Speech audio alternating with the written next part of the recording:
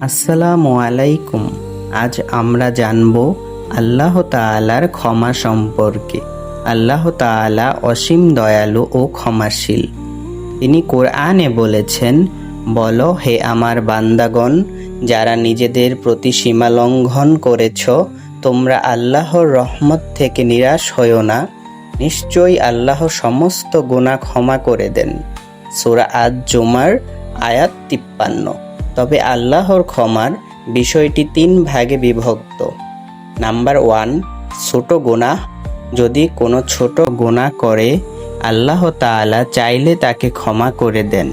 সে যদি আন্তরিকভাবে তওবা করে, আল্লাহ অবশ্যই তাকে মাফ করে দেন। কখনো কখনো আল্লাহ বান্দার অজান্তেই তার ছোট গুনাহগুলো ক্ষমা করে দেন। নাম্বার 2, শিরক। শিরক হলো সবচেয়ে বড় গুনাহ। আল্লাহ বলেন, নিশ্চয়ই আল্লাহ তার সাথে শিরক করাকে ক্ষমা করেন না, তবে তিনি যার ইচ্ছা অন্য সব গুনাহ ক্ষমা করে দেন। সূরা আন-নিসা আয়াত 48। তাই কেউ শিরক করলে যতক্ষণ না সে তওবা করে আল্লাহর কাছে ক্ষমা চায়, ততক্ষণ পর্যন্ত আল্লাহ তাকে ক্ষমা করবে না। নাম্বার 3, মানুষের হক বা জুলুম। যদি কেউ অন্যের হক মেরে খায় বা কারো উপর জুলুম করে, সেক্ষেত্রে শুধু আল্লাহর কাছে ক্ষমা চাইলেই হবে না।